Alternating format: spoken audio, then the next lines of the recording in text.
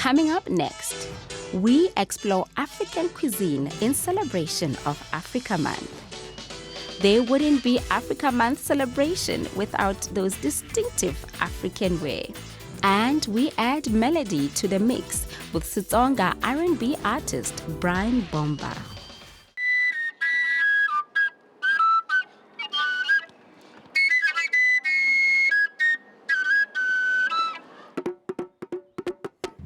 This is Trendz Travel and I am Nadia Dambuza. It's Africa Month and of course we are celebrating. In our first segment we have food, music and of course fashion. But first we start with some drum lessons from Tembile, who comes all the way from Zimbabwe.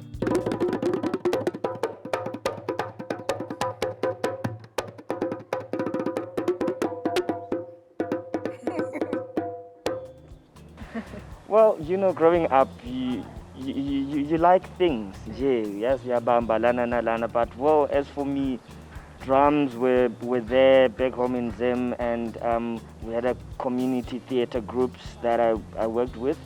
And yeah, that's where I learned a lot of things and met up with a lot of artists. But in my time for the past like 17 years as an artist traveling all over the world, I've been actually learning how to play different African instruments. All these drums, they have different sounds, from our shigubu in Venda to these djembes to congas to, you know, so we have a wide variety of drums. Being the great teacher that he is, he taught me how to play the drum.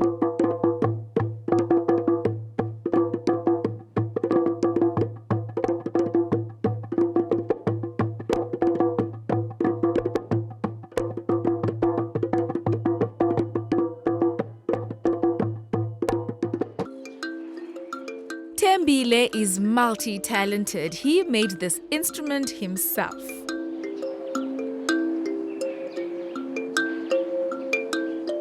Show me what you can do. I am not afraid to show you what I can do. Vangwe vakarara nenzara, vangwe vachifane kuguta, kumwe vachipera nemvura. Hillbrow and its neighbor Yeovil are known as the hub where Africa meets. Walking down the bustling rocky streets, you are sure to find different nuggets from all corners of Africa. We went out for lunch in La Cameronaise and got involved in the kitchen. Blanche taught me how to cut the fish. You cut the fish all the way to the tail, and then you add the spices in between.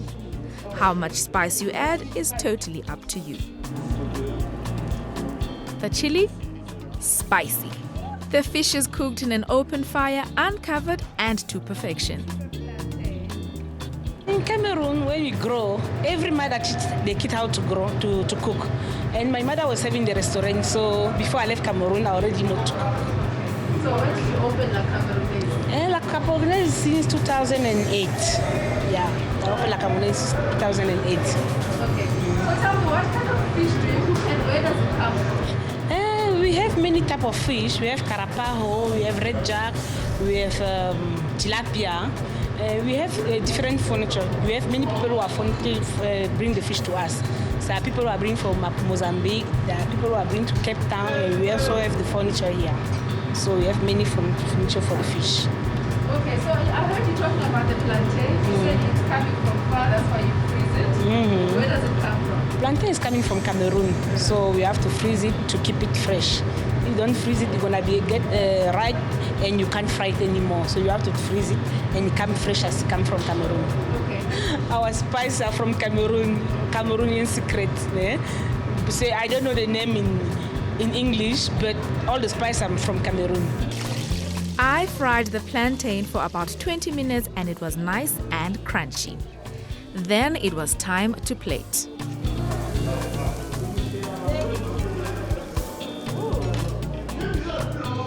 Secret ingredients we will accept. One thing for sure, we will be back for more.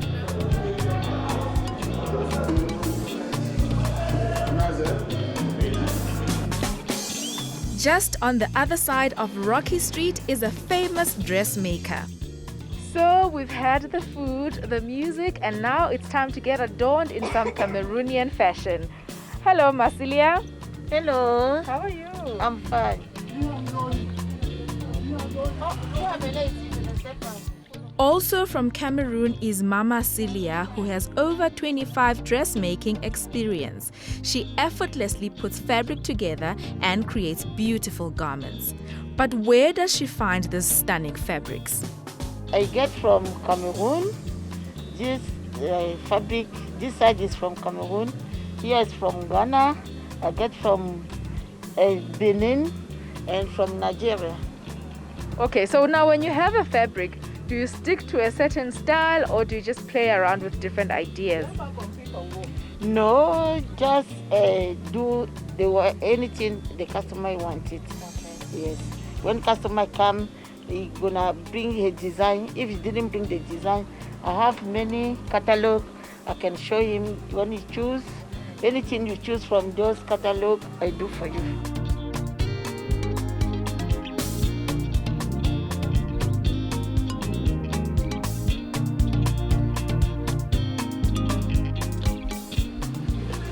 This is me, Cameroonian princess.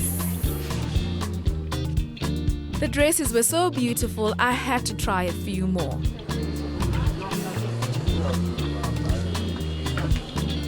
Come on.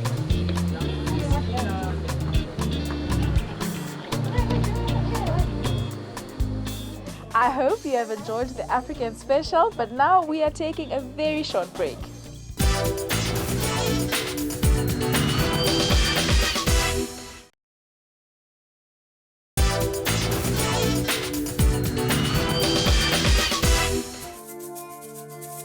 The Market Theatre is celebrating 45 years, and to mark this milestone, they've selected few theatre productions that celebrate and empower women.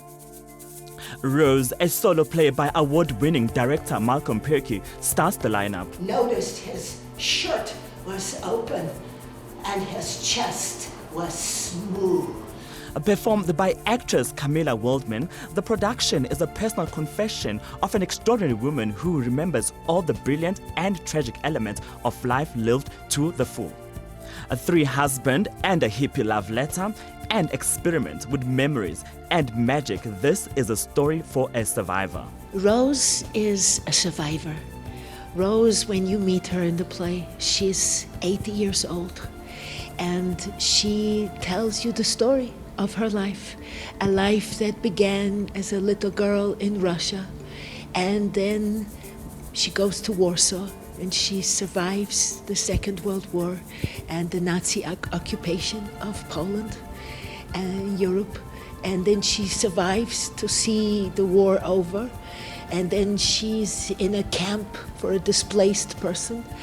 She has no home to return to, and she's officially called a displaced person. A Jewish chaplain married us in Berlin, and then we were back on the boat with a husband who was seasick. Playing an elderly woman wasn't difficult for Camilla because she could see some similarities between her and Rose. I'm 52 and Rose is 80, so sometimes I feel like 80, so I can relate. And at the same time, Rose, who's 80, sometimes says she feels like she's a child, you know. So I suppose from that point of view, I could find something inside Rose which felt like, yeah, she's both old and young. You know, and I have a bit of that too. I think we all do. Something that's a bit old and something that's a bit young. The play is still relevant as women across the globe still have to fight for recognition. So today, I sit Shiva for Noura El Karim. The month of May marks Africa Month. Right here in South Africa, we celebrate the beautiful, colorful, and diverse continent that is Africa. Africa, I want you to come with me on a journey as we explore a musical affair with Setsonga R&B artist Brian Bomba. I am out in Limpopo. We are going to do horses, we are going to do picnicking, and most of all, we are going to do music the African way. Guyana-born and raised R&B artist Brian Bomba has captivated the hearts of South Africans with his melodious voice. Today we get up close and personal with the man behind the music. Yes, not rather. Thank you for coming with us. My name is Tebogo and I would like to welcome you to Fumani Game Lodge. So I'll be taking you through the itinerary of the day today. So this side is the northern part of the lodge, which is Fumani North, where our horse riding is taking place. So for now, I'll hand you over to Prince, who will take you through the journey of your horse riding today. On top of these horses, you'll always be on left-hand side all the time to get on and to get off. So these ones are our reins. We're gonna use these reins for controlling our horses. These ones. If you want him to turn left, you pull the left side, right to the right side. To stop, you pull both of them. And both being first-timers, this was quite impressive. How are you feeling? I feel great, man. I feel great. I feel great. I'm next to a yellow bone, so yeah, it feels good. Okay. Yeah. So talking about Yellow Bone, that's actually the title of your single.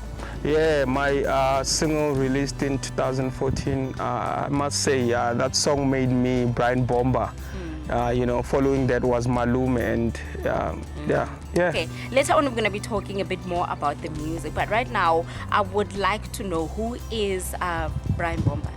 Brian Bomba is a South African Xitsonga R&B soul musician. I am the son of legendary musician, one of the first women to sing Tsonga music, Madaku Bomba. Later on, we're going to get into the nitty-gritties about your music, and of course, you're going to be performing for us at our picnic spot. Right now, though, we're going to go over to the other side. And off we went to our picnic site. At first, it was a bit rocky, but we quickly got the hang of things.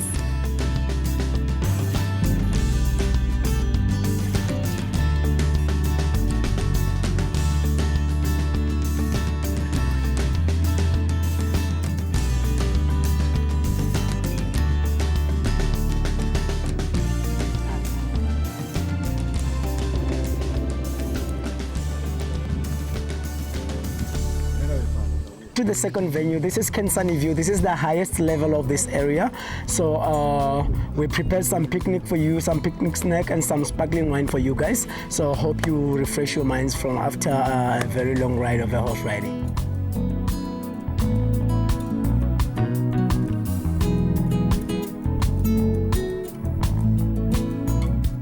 Do you feel that you have had the kind of reception that you deserve in the music industry? For me, the love from my people, more than that, you know, the whole of South Africa, there's a lot of people that recognize my music. And when I got my first award, then Minister of Arts and Culture, Natim Tetra, handed it over to me. That was, for me, a highlight of my life. And hearing a 20,000 packed stadium shouting up my name and my song, something brilliant, yeah. It is Africa Month. What does Africa Month mean to you? I'm so cultured. I come from a cultural background, and history, culture, tradition, that's everything to me. Especially growing up in South Africa, in Africa, it's the best I could ever ask for. If I were to be reborn again, I would definitely want to do this all over again in Africa. What are your favorite songs in the album? I think everyone loves Yellow Bone. I think that song is something else even today. It's one of the best Xitsonga songs of all time. But for me, I would say Malumo Mampela, you know, and that's me. Yeah. Okay, so which song are you going to serenade me with today? Yellowbone, obviously. I'd like to hear the song. Please do an a cappella version for us. So it says, Usasagile wana loy, Usasagile wana loy, Usasagile wana loy, Yellowbone, Unzifanerile wana loy, Unzifanerile wana loy, Unzifanerile wana loy, Yellowbone. Okay, Brian, it's been really fantastic getting to know you. I actually love your music. I have listened to a couple of tracks. You sound really incredible. Thank you, thank you. All the best for the future. Thank you so much. It is Africa Month, and before I let you go, I would like to put you on the spot one last time. But in your own language. This is my rhythm. Bakashlanza bashavangar nantsengo ngwanandunga. Vakahlote roba hom nandole. Vakamatsunduka kwehera. Shilu shamashango. Shimbambaira. Bomba mgaza. La Sala Luna. All right, let's take a bit of a break. We are back with more right here on Trendz Travel.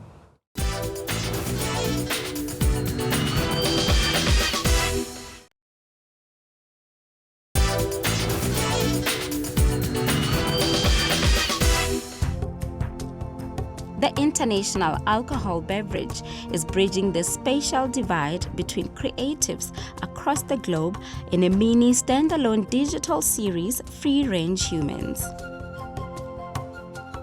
Time in quarantine has magnified the human need to interact, but it has also inspired the virtual way of staying in touch.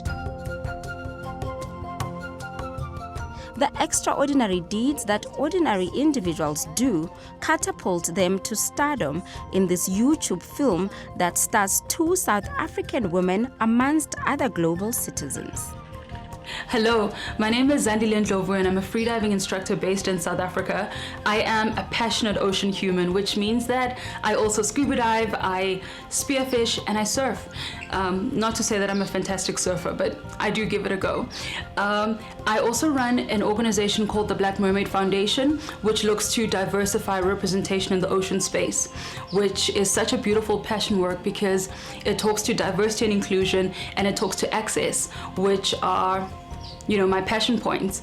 I'm excited to be a part of this project because I have always loved great white sharks and I've always had the secret dream of like free diving with one.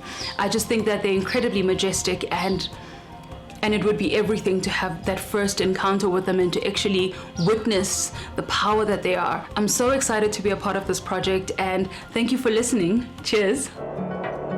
Still keeping to the theme of exploring nature, the film producers were drawn to one other extraordinary view of nature by another South African female nature conservationist, Roshana Gray.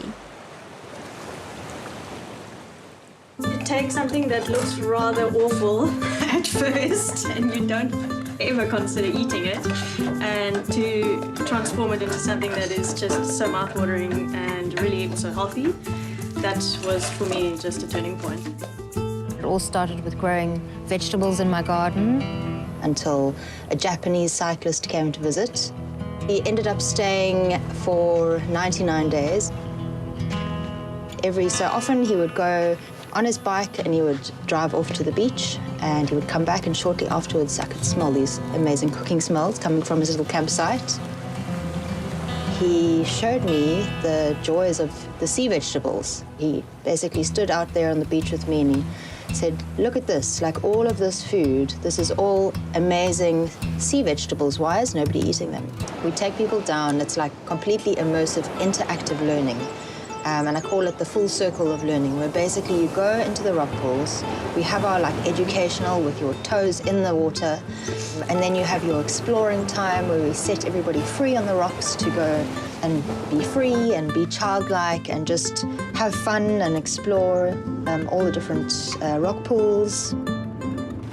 It's quite beautiful to watch the process that happens throughout the workshop of gaining knowledge in the rock pools. They'll pick something, then we'll go and prepare it. We'll process the ingredients. They'll start to be able to identifying all the different species, start to call it by its name, forming a little bit of a relationship with these ingredients.